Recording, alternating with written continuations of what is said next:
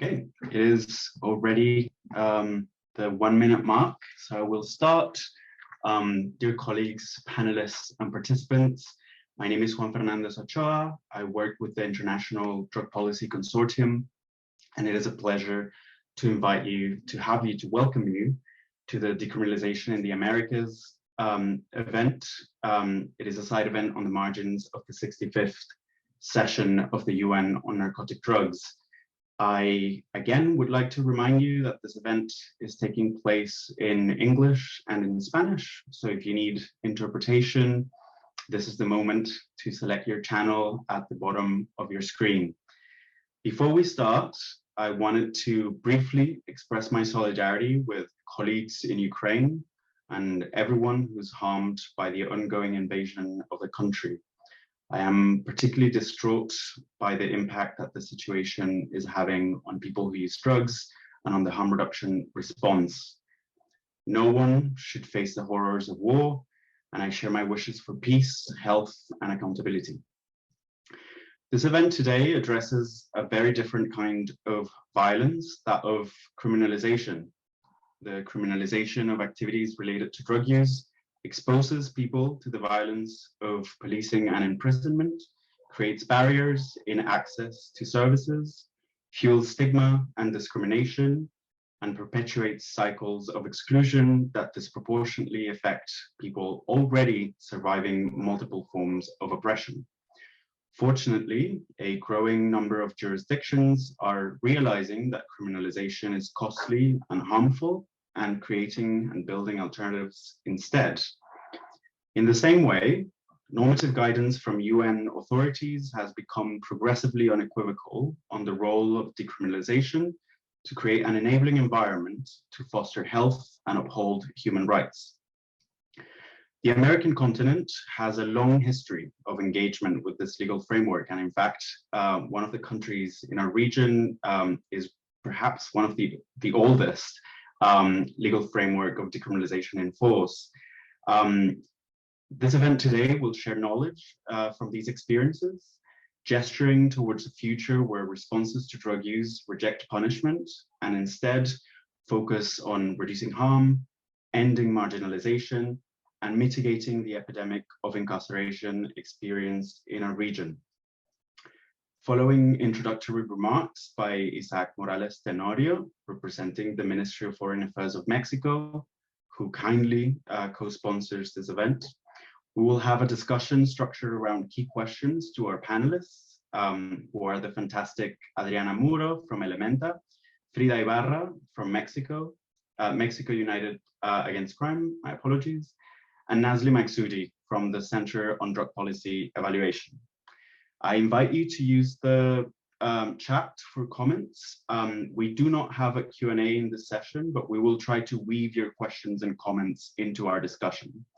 So without further ado, I will give the floor to Isaac Morales Tenorio for some words, opening remarks. Thank you.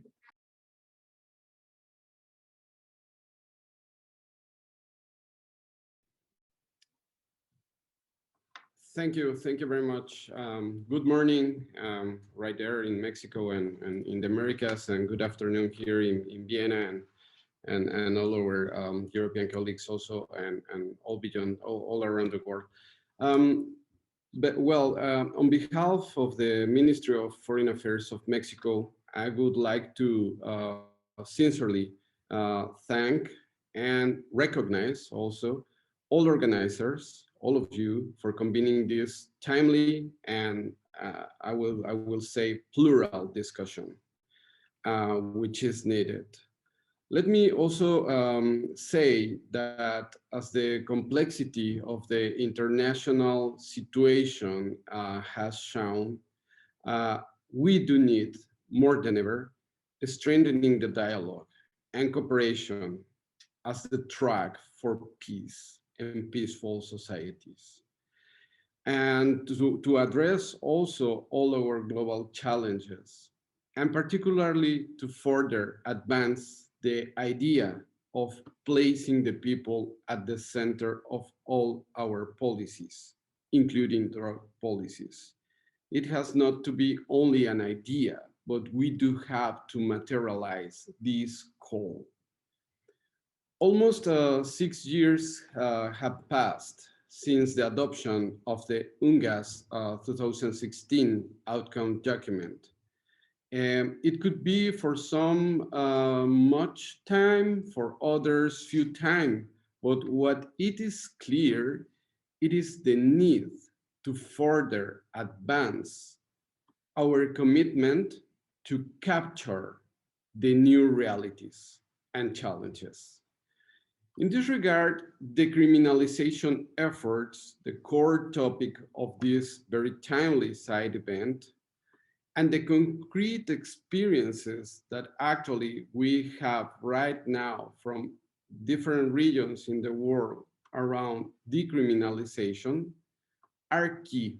And are key not to be denied, not to say they are not happening, but to collect the information on the results, on the obstacles also, and to share this information with the whole community.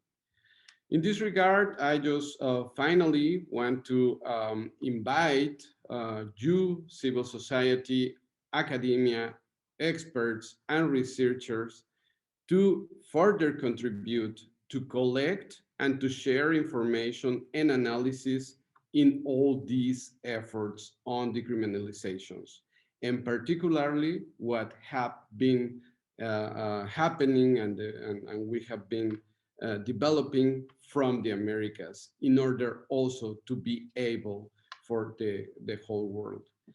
Mexico, I want to say it is committed, the government of Mexico is committed to better address the root and structural causes of drug issues, but in particular to violence also related to these challenges and phenomena.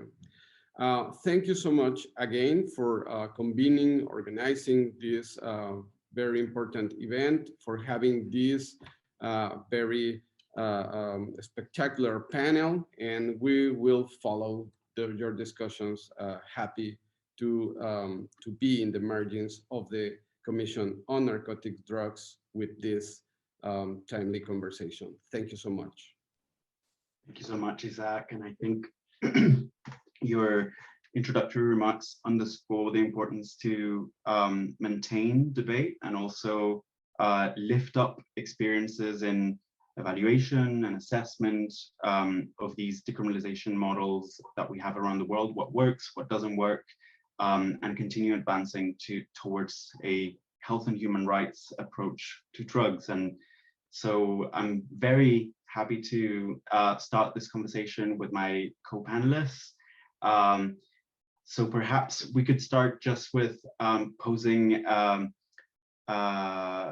framing question to all panelists. So Frida, Adriana, and Nasli, perhaps we can start with you, Nasli. Why do you think that the decriminalization of drug use and related activities is important? And perhaps you could provide some ideas on which jurisdictions have advanced towards that legal framework in your own experience. And I will ask a question to each one of you, but perhaps Nasli can respond it first. Thank you. Thanks so much, Juan, and thanks to everyone for joining our side event today. I really appreciate the opportunity to speak and to address all of you. So with respect to the first part of your question, this question about why decriminalization of drug use and related activities, which in Canada is particularly the possession of drugs for personal use, which is still criminalized, why is that important? I would begin by stressing the harms that come from interactions with the criminal justice system and with criminal records that arise from drug offenses. They, of course, give rise to stigma, discrimination, but they have impacts that follow people who use drugs for the rest of their lives. It impedes access to housing, to child custody, to employment opportunities, restricts travel. So these ramifications don't just go away once you've served your sentence. Now, moreover, criminalization results in the disproportionate surveillance, policing, arrest, prosecution of marginalized people who use drugs. In the Canadian context and elsewhere, namely, those are Indigenous peoples, Black people, other racialized, marginalized, low-income communities, thinking about people who are unhoused, for example. They're profiled and disproportionately arrested and incarcerated for drug offenses, representing human rights violations, of course. I also think that criminalizing drug possession impedes, for sure, people's access to health and social services and emergency care. And that increases the risk of harms. Like in Canada, the overdose crisis, the epidemic really continues to worsen. And when folks do not feel comfortable calling 911, you only increase the risk of harms from overdose as a result of criminalization. And other types of health repercussions like HIV and hepatitis C infections are also, there's a lot of evidence that shows that those are fueled by policies of criminalization, which impede access to health and social services. And I think for these reasons, among many other reasons, the common position on drug policy that was released in 2019, all agencies of the UN system came together to support policies that put people, health, and human rights at the center, namely alternatives to conviction and punishment, including decriminalization. So I think I'm very supportive of decriminalization. I recognize that it only addresses the demand side. It does not address issues that are inherent to the supply side, like in Canada, the contamination of our unregulated drug supply. So I make that point because I think sometimes there's confusion between decriminalization and legalization as a path to regulation. And that I think is a useful distinction about thinking one addressing the demand side and the other going further to address the supply side. So maybe to briefly answer the second part of your question here about what the context is in Canada currently in terms of moving towards policies of decriminalization. So there has been growing support in Canada for decriminalization in recent years, and most notably, our expert task force on substance use called for decriminalization. They actually went further to call for regulation. But cities and provinces around Canada have been pursuing decriminalization in a piecemeal fashion. We currently have 3 exemption requests that have been submitted to our federal government for an exemption from our Controlled Drugs and Substances Act to decriminalize personal possession of illegal substances in their respective jurisdictions. And those are all awaiting response from Health Canada. I'll just note that 2 of them are municipal actions, one in Vancouver and one in Toronto, where I'm based. And there's also one provincial action in British Columbia. And maybe just the last thing I'll flag here is that we did civil society organizations in Canada, over 100, actually 112, came together to endorse a civil society platform on drug decriminalization recently. And this was really the idea of identifying what civil society and people who use drugs consider to be an optimal model for decriminalization, rather than only reacting to models proposed by other stakeholders. So certainly supportive of decriminalization, but recognize that decriminalization needs to be done right in order to accomplish its objectives. So I'll leave it there. Thanks, Juan. I'm sure we will have time to continue discussing about the intricacies of how to design decriminalization models that are actually that work for our communities. But perhaps I will now share the floor with Adriana. Why do you think decriminalization is so important? Gracias, Juan. Buenos días. Thank you, Juan. Good morning, everybody. Good morning in the Americas. Good afternoon, Vienna. I believe that the decriminalization strategies from a human rights perspective represent the guarantee of non-repetition. It has been a legal policy that has affected the life of many people that are drug users and also people in vulnerability positions across the globe. So I think that the effort to push for the decriminalization come from different sectors, especially from the Colombian experience that I will discuss today. This has been built since it has been done through the courts, which is an international example of how to integrate the human rights perspective into the drug policies. And just to respond to the question on the experiences of decriminalization in Latin America, I would focus on the decisions of the international and the Constitutional Court in Colombia and the Supreme Court of Justice decisions that have pushed for the decriminalization of the use of drugs in this country.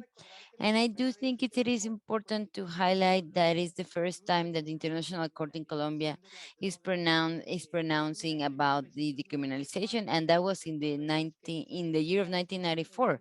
Actually, around that time, that was when the big drug cartels, were strengthening in Colombia, while Colombia was acquiring these very bad, no, well, and became known for drug dealers. And also, there was a lawyer called Carlos Lavilla that declared that the criminalization of personal dosage and the personal use that is in the bylaws of drugs would go against the constitution, was against human rights, discriminalization, and specifically against personal development.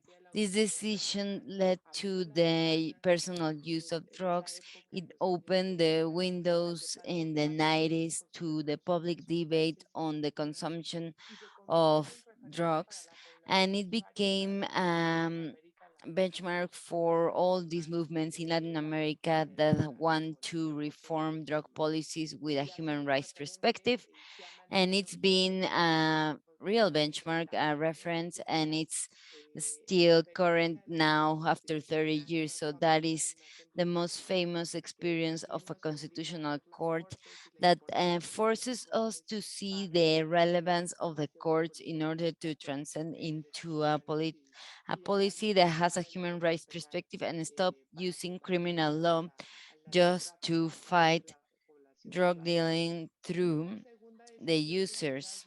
And a second decision that is not that well known, that famous, but it is also essential, is the decision from the criminal room of the Supreme Court of Justice that the level of protection expanded beyond the personal dose, the personal use, and it went beyond the amount of using drugs on a personal matter. And also there were cases in which people were legally or criminally prosecuted because they had dosage that went above the permitted personal use dosage. There was provisioning dosage, and the court considered that the burden of proof to demonstrate that these dosages that are not to be that are not to actually prosecute the common citizens. So this allows us to understand that these logics of and this rationale of personal use does not contemplate the consumption dynamics and the dynamics of the user population in the country. So it is important to highlight that there are still challenges regarding the judicial decisions, and these decisions are only thinking on certain substances, and they fall within the standard of the different um, dosages that a personal use that personal use dosage have. So in the next section, I will talk about challenges and obstacles because um, judicial decisions are to protect the citizens, but they must be seen together with public policies of the governments and together with the legislations that have been enacted in the previous years. Sort of alluding to the next questions that we're going to address. But before we move on to that, I want to hear from Frida. Why do you think decriminalization is so important? Sí, bueno, yo considero que I believe that we are using this, that all the state is falling into a certain behavior that is related to the free, like the development of personality, but it has caused adverse effects in terms of safe and security, rights, etc. In the Latin American region, it's very common that the criminal law system is falls into the bad actors of the drug dealing markets, and this actually ends up affecting the people that have it on a personal use and drug dealers, but it doesn't have great impact on criminal structures on the trafficking of drugs. So this means that there is a waste of resources that are used for the prosecution of a small amount users, but it could also be used for ultimately for those that causes victims and murders. And this is always seen as a security matter here in Mexico on the way on how to use resources, and also in terms of health on the healthcare system. We would be benefited from decriminalization, because with the user resources we use to maintain these state sanctions, these resources could be used for health programs, for human rights programs that are more aligned with international standards on the drug theme. And also, this leads to overpopulation in prisons, and also, as Nasli was saying, at the end of the day, people are afraid to call the healthcare services, and this leads to riskier conditions to those that use drugs. So it can become a very complex topic. And in human rights, this is a paternalist measure from the state that should be about personal freedom of every person, that should be allowed to use. This is very patronizing, actually, and this is probably the most extreme measure to deal with any of these responses. So it's irrational to use these patronizing measures when we have better measures, like, and we could also refer more to administrative law instead of criminal law, but also the response should be proportional. Frida, I think all of those answers allude to the costs of criminalization, not only in very sort of material, financial ways, as Frida was just now very clearly alluding to, but also in very human terms, as Nasli was alluding to, in terms of the disproportionality of the impact of this criminalization on people who are already experiencing precariousness. So thank you all for that overview. We already alluded to how decriminalization can precisely favor the distribution of state resources in a more in a way that's more conducive to health and rights. And perhaps that's a good jump starting point to discuss to which extent decriminalization is effective at protecting health and human rights. And for that, I would give the floor back to Nasli. What do you think? Thank you. I'll pick up on one of the issues and dig deep into it. And I think this is perhaps the most contentious issue in the models that have been developing in the Canadian jurisdictions I outlined. And that's the issue of thresholds. So the quantities below which or at which drugs are decriminalized. This is really a make it or break it issue when it comes to the success of decriminalization in achieving its objective of reducing the interactions of people who use drugs with the criminal justice system. It's been a key area of disagreement in all three jurisdictions. And I'll highlight that first with Vancouver to share that, unfortunately, in the process there, what was observed was that police had what many considered undue influence in determining the thresholds that were ultimately submitted in the federal exemption, despite people who use drugs really strongly asserting that the thresholds were being set too low and thus would not accomplish their objectives, and in fact would continue to criminalize people who use drugs under that model. Now in BC, it was the same thing in that people who use drugs did not agree with the thresholds that were put forward. But in that circumstance, that provincial exemption, there was the use of what's called cumulative thresholds. So this idea that all the drugs on you must be below a threshold rather than thresholds per drug. And when it comes to decriminalization and drug policy at large, I'm always thinking about who is harmed, who is excluded from the policies. And cumulative thresholds, when you think about who's excluded by that, it's Indigenous people and people in rural and remote communities whose access to supply is limited, and thus they're buying in large amounts of time.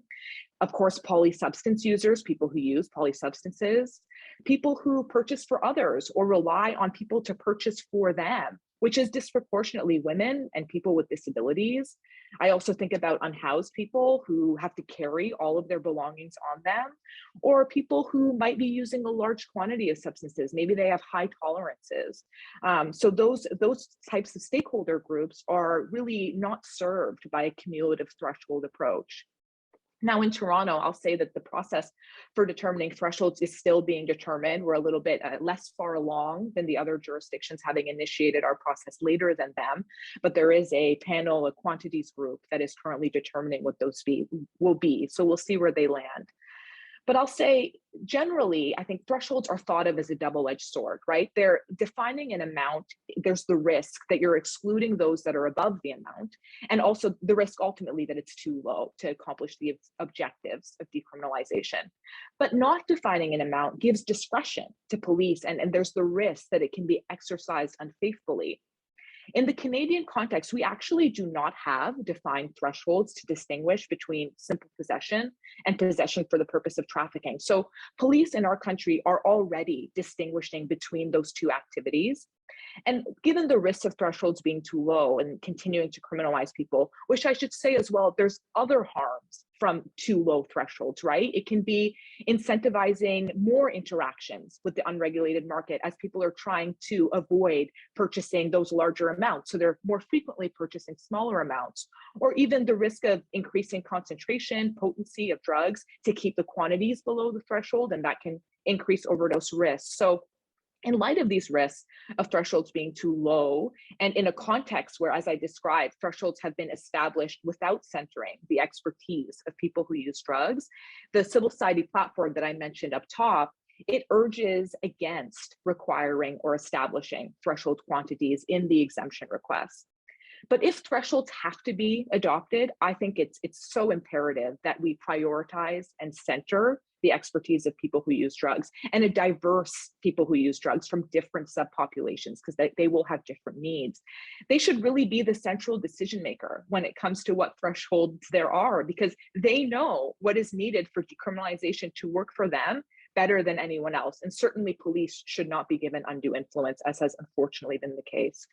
So I'll just say one other comment on this, which is that our platform, the civil society platform, it actually recommends that thresholds not only be high enough to account for personal use, but also for personal purchasing patterns, for consuming patterns, to account for things like sharing or selling of drugs for subsistence or survival, to support personal drug use costs, or to provide a safer supply, what some call necessity trafficking. So I think decriminalizing those other activities is imperative to actually decriminalizing the activities that are integral to the lives of many people who use drugs. These aren't profit-driven activities, but they're how folks care for one another in communities of people who use drugs. And if we want to accomplish our objective of decriminalizing and moving towards a health-based model and not a criminal-based model, those other activities need to be packaged in with the thresholds that they are set in Canada to really accomplish the goals. So I'll leave it there. Thanks. Thank you so much, Nazlia. And I think there's very important points. I mean, you make very many important points around the definition of thresholds, the pros and cons of defining thresholds, but I will in particular highlight something that also resonates with what Isaac was saying earlier about placing people at the center of policymaking, and to some extent abandoning this punitive reflex that we have when we're addressing challenges related to drugs. It is not about sort of reducing for a very specific and minor group of people the likelihood that they will enter in contact with the criminal legal system, but on the contrary, understanding that the criminal legal system should be, if at all, a last resort. And I think in that, Frida, you might be able to have a few things to say, because I think the advocacy that MUCD has been doing around legislative changes when it comes to removing criminal penalties goes quite far in terms of not only demanding, for a reduction in the policing of communities who use drugs, but also the full abolition of certain criminal offenses like simple possession, which are so harmful. So maybe you can talk briefly about how that contributes to the effectiveness of these reforms. Sí, claro. Bueno, nosotros hemos trabajado por Yes, un of lado. course.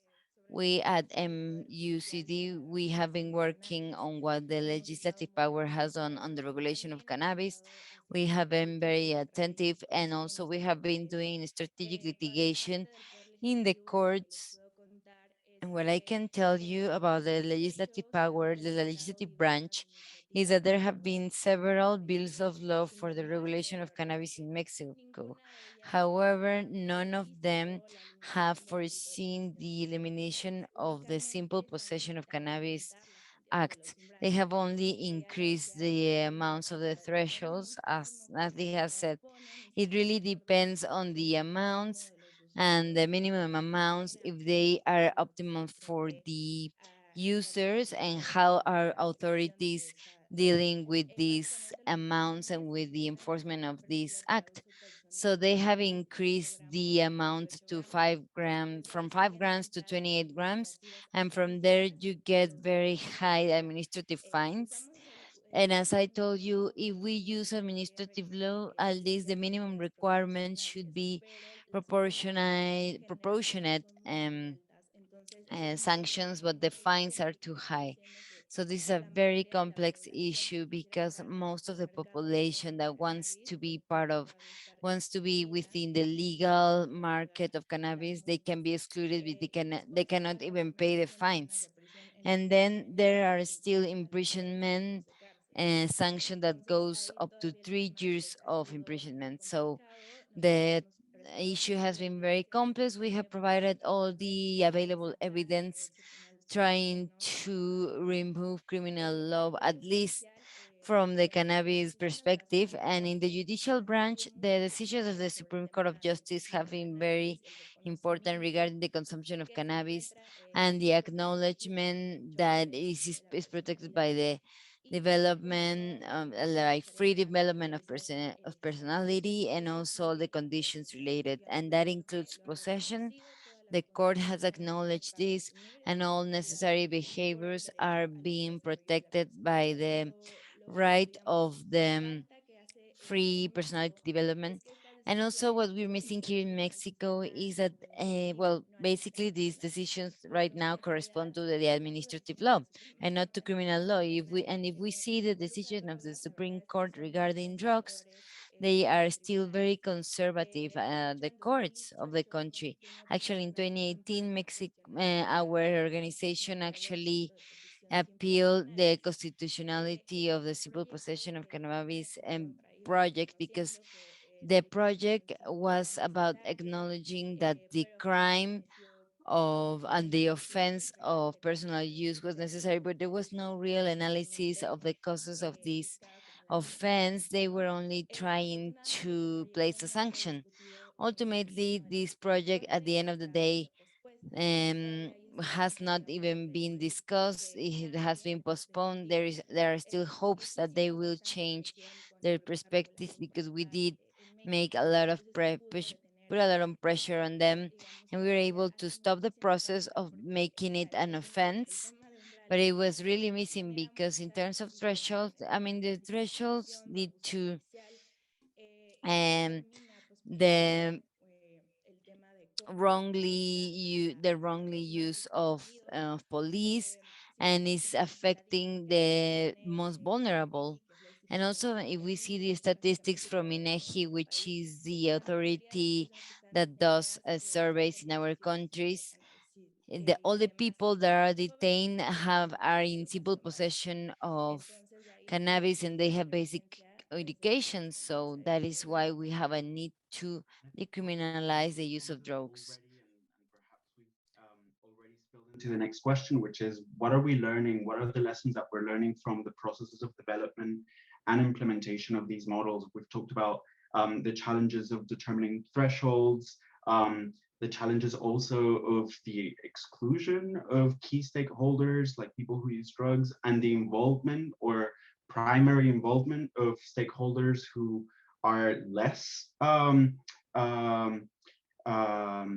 in a position where usually they don't have, they shouldn't have much to say about the health and welfare of people who use drugs, like when it comes to police officers that Natalie was alluding to. But perhaps we can move on to the next question, which is, what are some of the lessons? Like I'm thinking, for example, Adriana, you have, since 1994, there's been this legal framework. What are some of the lessons that we were left with in the Colombian case and perhaps beyond?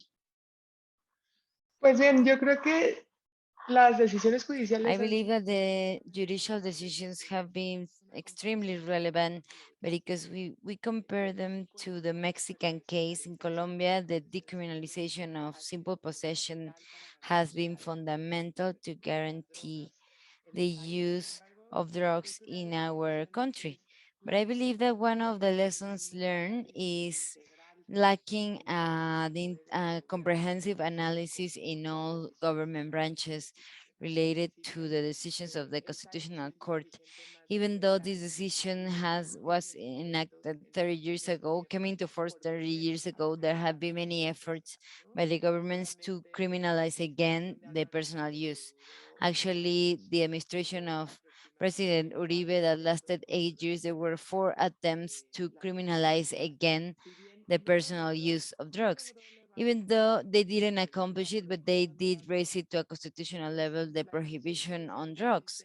So the judicial decision is telling us we will not criminalize, we will not put people in jail because they have personal amounts and they have because of their personal use, but there is established those for cocaine, for cannabis, but other substances remain in limbo that do not have a specific personal use dose. So they are decriminalizing these doses, however, these amounts. However, the most important rule in the country says that there is a prohibition on the use and consumption of drugs in Colombia. So this is very, very serious. This has been very bad because specifically the government in the right now has increased the administrative criminalization that based on fines and by seizing personal uses, they are detaining persons in a public space, not even using drugs, just by possessing them. They are receiving these administrative sanctions.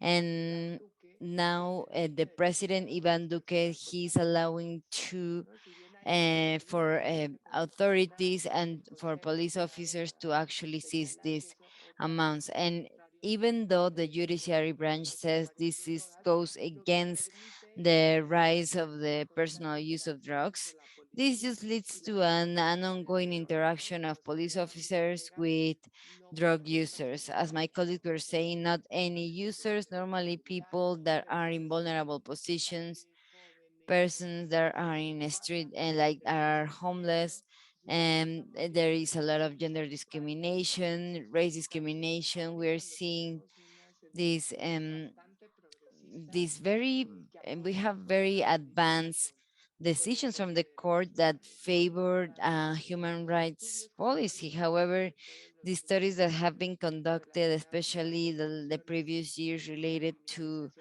detention and administrative criminalization, says that most of the people detained that are being um, removed from their personal use are young, and these doses are of 1 to 20 grams, and these are very small amounts that are using all human and economic resources in a country in which violence has been key for and drug trafficking has caused thousands of deaths.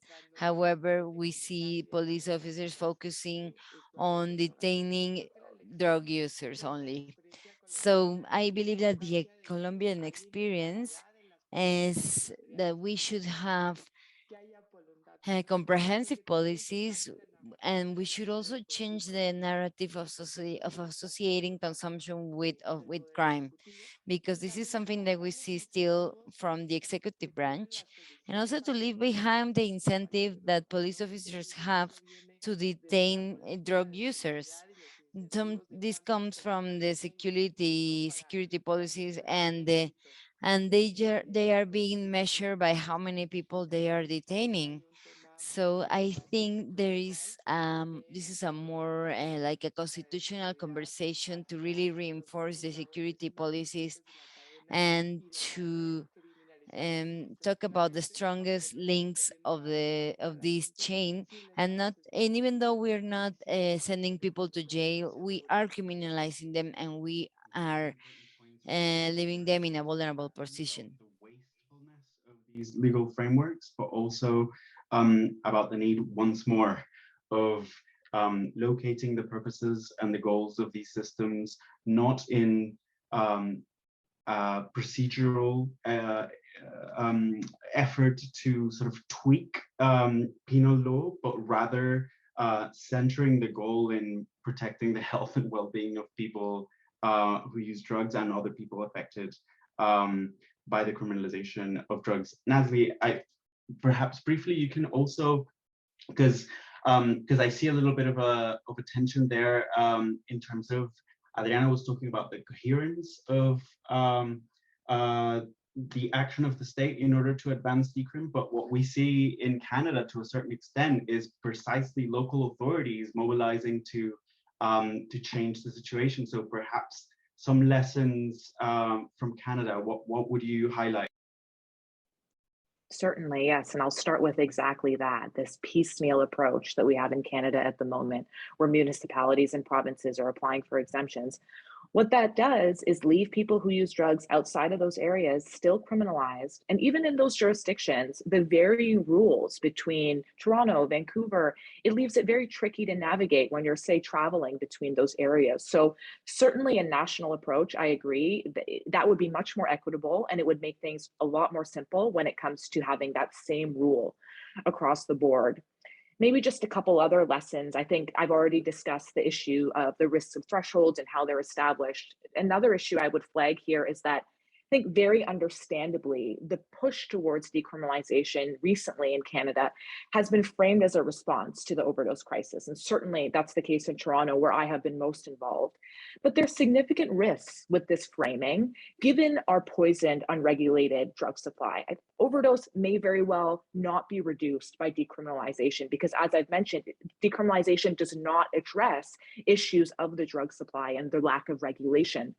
So there may very well be positive impacts on increasing access to services and thereby have some positives in terms of reducing overdose. But overall, if our drug market continues the way that it has, increasingly toxic, increasingly poisoned, then it may not lead to those outcomes. And I think there's this risk then, if we position decriminalization as an overdose prevention response, of decriminalization being perceived as a failure if that isn't accomplished.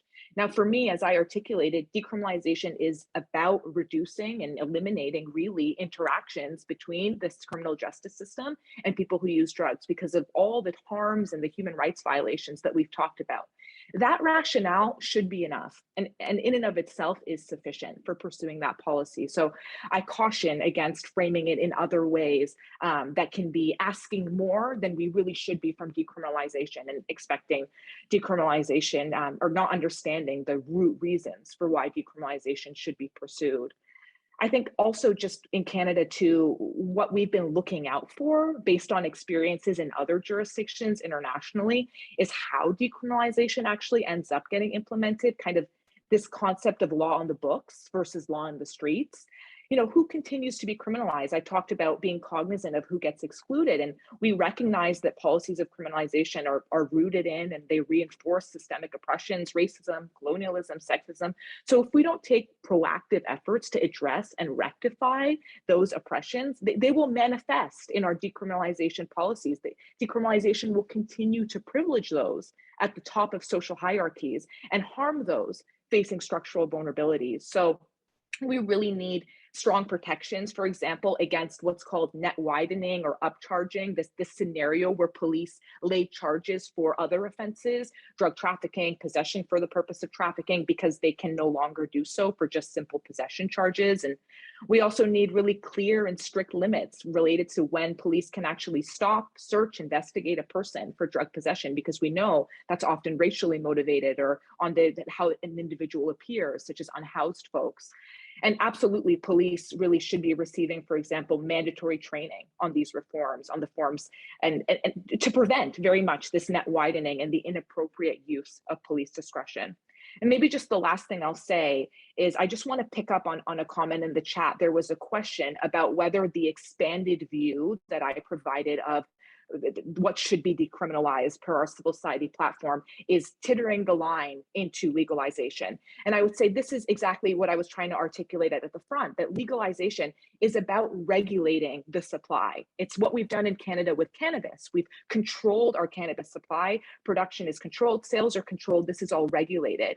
What I have described, in my view, is being cognizant of the activities that people who use drugs are engaged in. If an individual who uses drugs is with a friend of theirs who's also using drugs, and they are in excruciating opioid withdrawal without access to any substance, and considering what they're going to do in that circumstance is maybe go back to a seller that they don't really trust and don't want to go to, and that first person provides them some of their supply, that's an act of compassion. And that's how people who use drugs take care of each other. That's not trafficking. But by definition, me passing you a substance is trafficking in our laws. It totally undermines the goals of decriminalization if these activities that are not profit driven are not also decriminalized. So I hope that acts as a point of clarification to that question. Thanks. Thank you so much, Natalie. And because we have such limited time, I would just ask one last question to some of our panelists.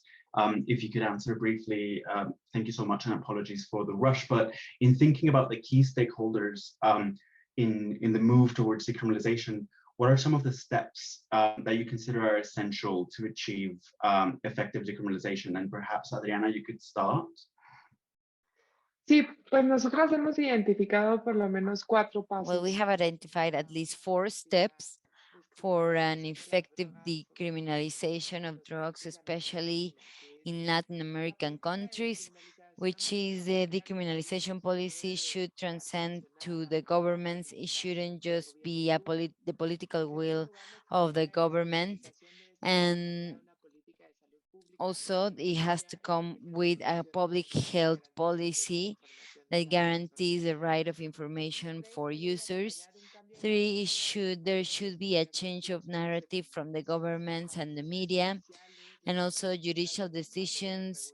Bills of law in terms of regulation are not sufficient if there are no campaigns to stop stigmatizing the user population, specifically talking about user population and vulnerable groups. And also the security policies should refocus the use of resources, stop detaining people with small amounts, and there should be incentives to actually detain um, drug dealers, and we should eradicate discrimination from police officers. So I believe those are the 4 pillars we can continue on, like basing our work on, and to talk about the decriminalization, especially in Latin America. Practical overview of how we move forward. Frida, perhaps you can also consider this question. Sí, yo nada más agregaría lo que dijo Yeah, I would Adriana. only add up to what Adriana mentioned, that an important part of this would be the involvement of the drug users in all models, in all discrimination models we are thinking on. And all these are the affected people. We need to listen to them. We need to know how this is affecting them. We need to make this effective both in the ground, like in practical terms, and also in the judicial branch. And also the imprisonment and mechanisms should be effective. We have a enforcement act that maybe like 6 years ago we have seen, well, at least people 400 people being released from jail. This is a minimum amount only, and this law is not being enforced as it should. There is an amnesty law also, and it doesn't talk about simple use of drugs. It's mostly a federal law, but very few people have been released from jail because of this mechanism. So something that I would add, but at the end of the day, is we must create awareness among the authorities in charge of enforcing the law, because they are on the ground, they are out there, and the legislative branch and the judiciary branch may say something, but the police officers are the ones that are outside on the streets. They need to know how to treat people, not to replicate these sanctions that we're trying to eradicate. Continue talking for at least a few hours, but we have come to an end to this event for today. I'm really, really grateful to Adriana, to Frida, to Nazli for sharing their wisdom, but also to Isaac Morales and the Ministry of Foreign Affairs of Mexico for supporting these important and timely discussions, to the interpreter for their fantastic work. And before we leave, I would just encourage you to check the document of resources that we have created on decriminalization and that we will be dropping in the chat, hopefully very soon.